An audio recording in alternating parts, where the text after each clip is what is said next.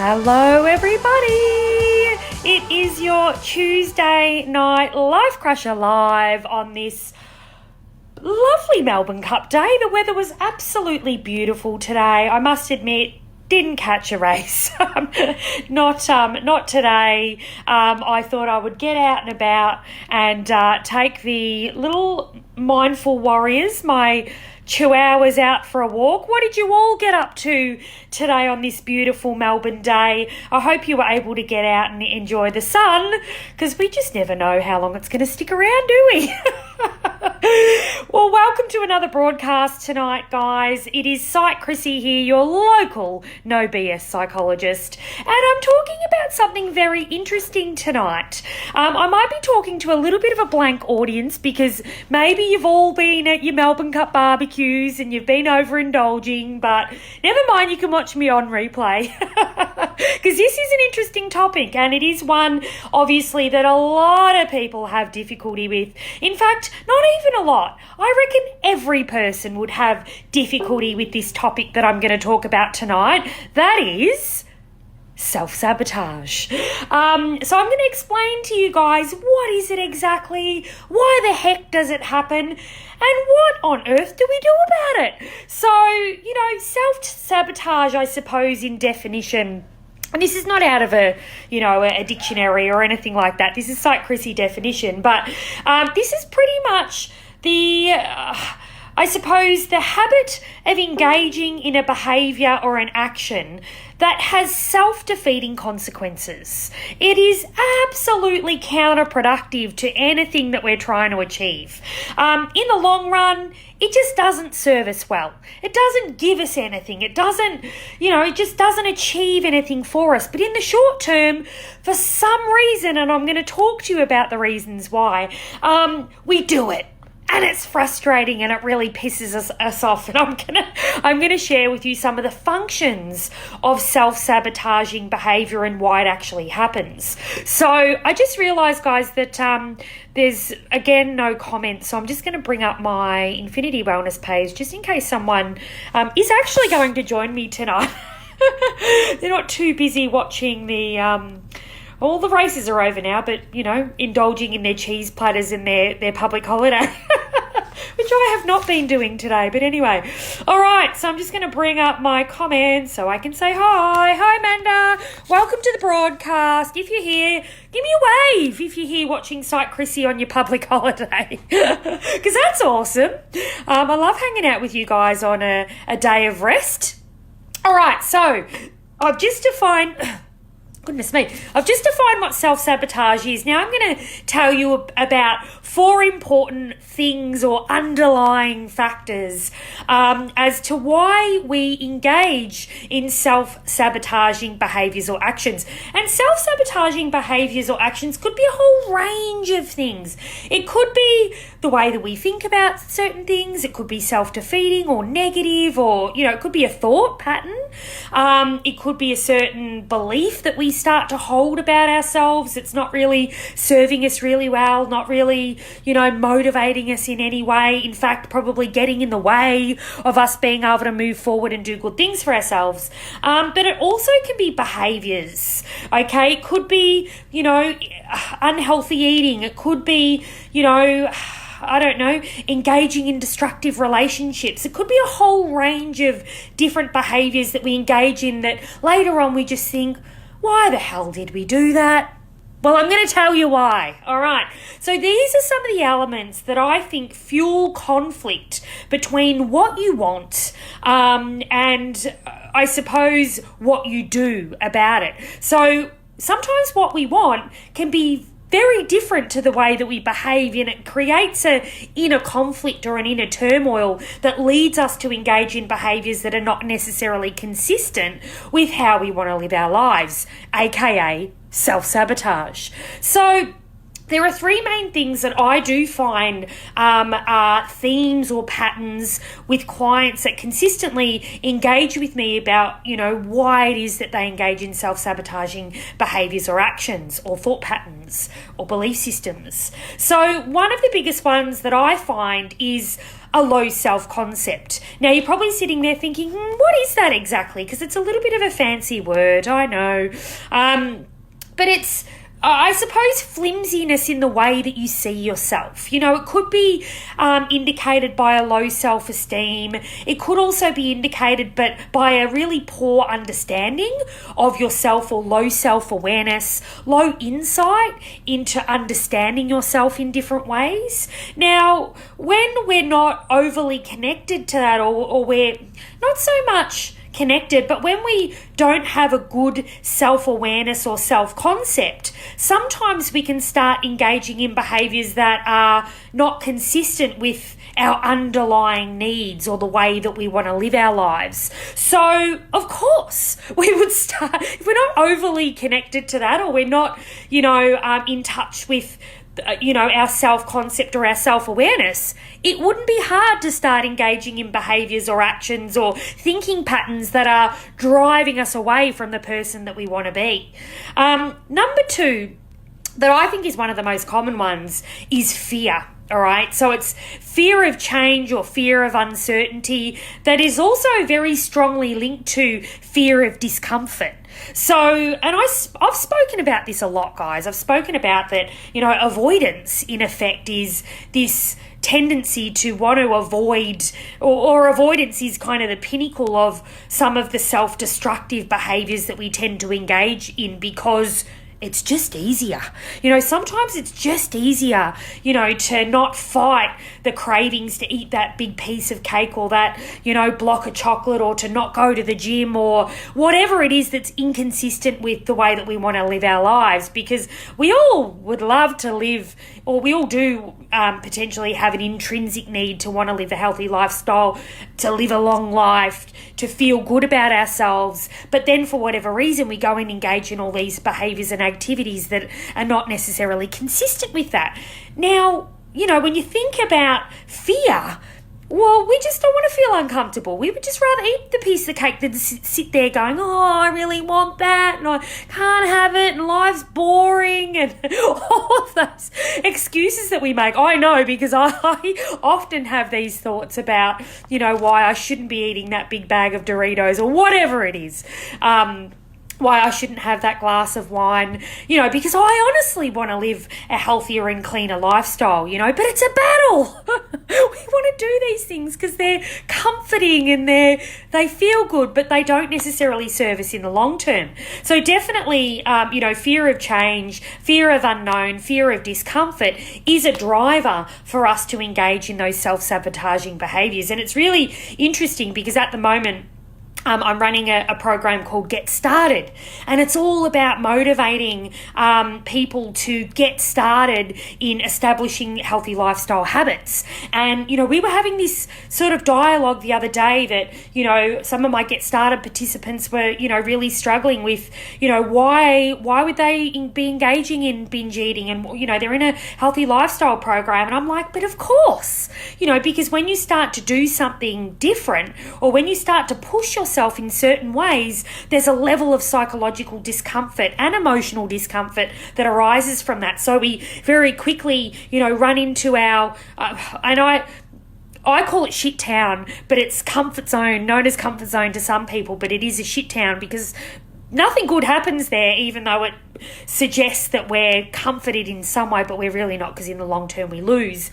But it forces us to revert back to really unhelpful behaviours because it's what we know and it's what we're familiar with. So that's number two.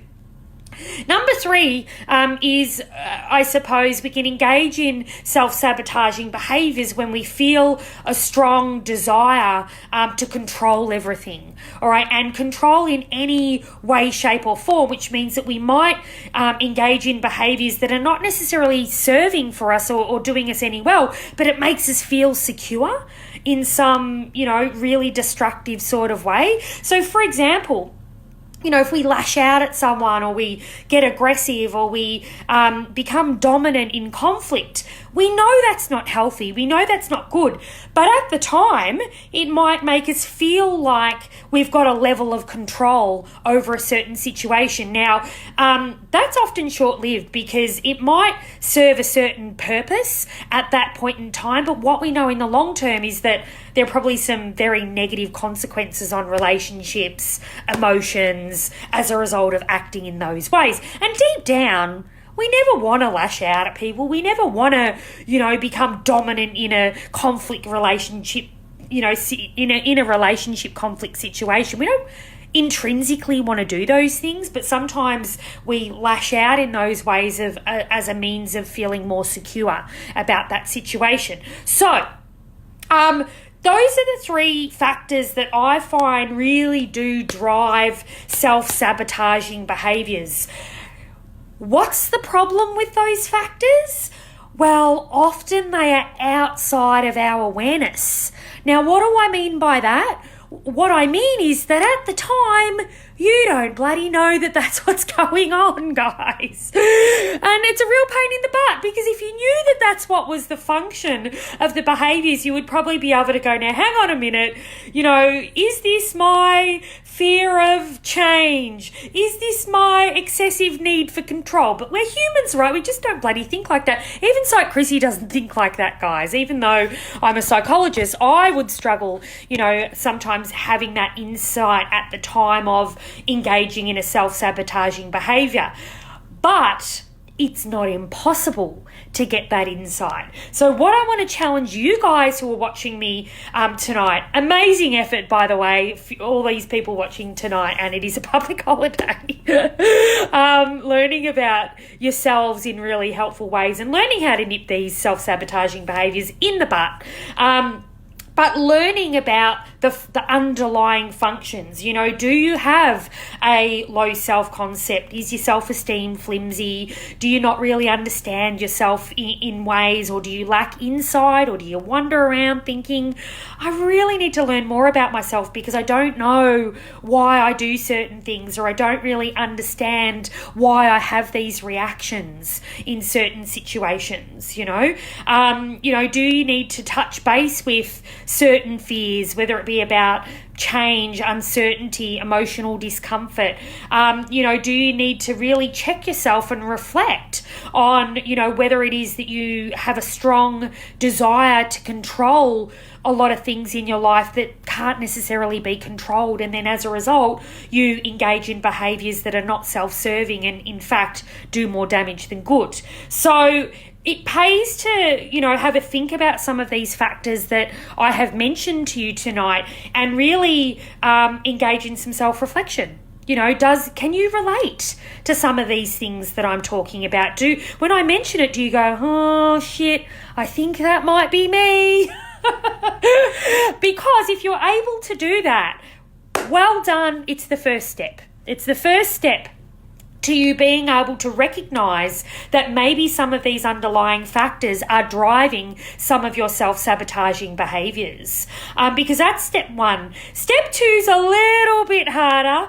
It is obviously learning to identify the self-sabotaging behaviours. So the overeating, the binge drinking, the lashing out, the blaming people, the whatever it is, and then linking it to the drivers. So not only being able to identify what the self-sabotaging actions are, but then also being able to link that to the underlying factors. Now, there's a challenge. There's some good, competent psychological work for you. If you're thinking, well, how the bloody hell do I do that? There is help out there. You can visit Psych Chrissy. You can go and visit another psychologist. You can go to a counsellor. You can have a chat to your support network. You can ask your family or your partner. I'm sure they'll come up with some feedback or some insights into some of these connections for you that you might be able to mull over in your mind. There's always opportunities for self-development. But just even having a think about it, I think, is a really good step to developing that insight around links between self-sabotaging behaviours and those underlying factors. Another really good way of trying to manage engaging in self-sabotaging behaviours is, one, obviously appreciating that they are self-sabotaging behaviours and they're not serving you very well, but regularly touching base with the consequences of engaging in those actions. All right, so, that forethought of, for an example, I'm feeling really angry now, I want to just go over and, yell at this person, or just give this person a piece of my mind, or, being able to stop yourself in that moment and going, what might be some of the consequences for that? Really stopping yourself in the moment and evaluating whether the behaviour or the action or the thought or the step that you're about to take in that situation is going to serve you in the long term. Is it going to serve you well? Is it going to, create more negative consequences for yourself? That evaluation process is very, very important because it could actually prevent you from engaging in that behaviour in the first place. So that's really, really important.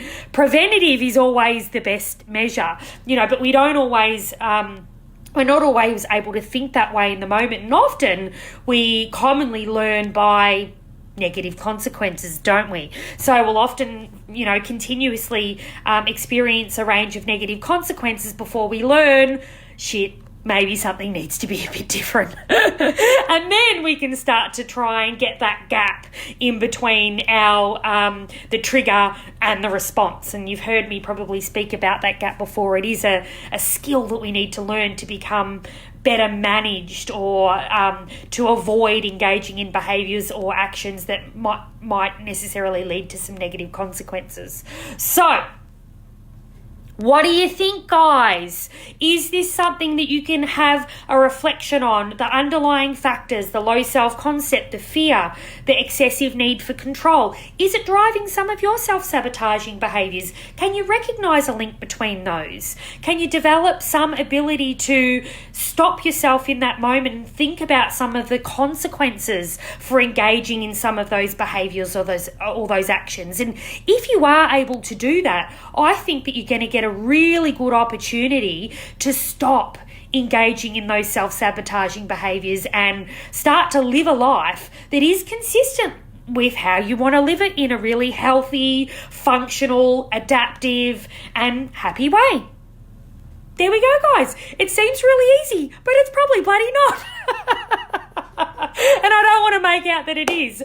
Some of these things that I talk about, hard work. All right, they're hard work, and I want to normalize that, but I want to gift you this information to try and empower you guys to think about some of these things, to maybe take control and experience some of your life in a different way, so that you can make better decisions for yourself, or you might do something different, or you might take a different perspective that results in you just being happier.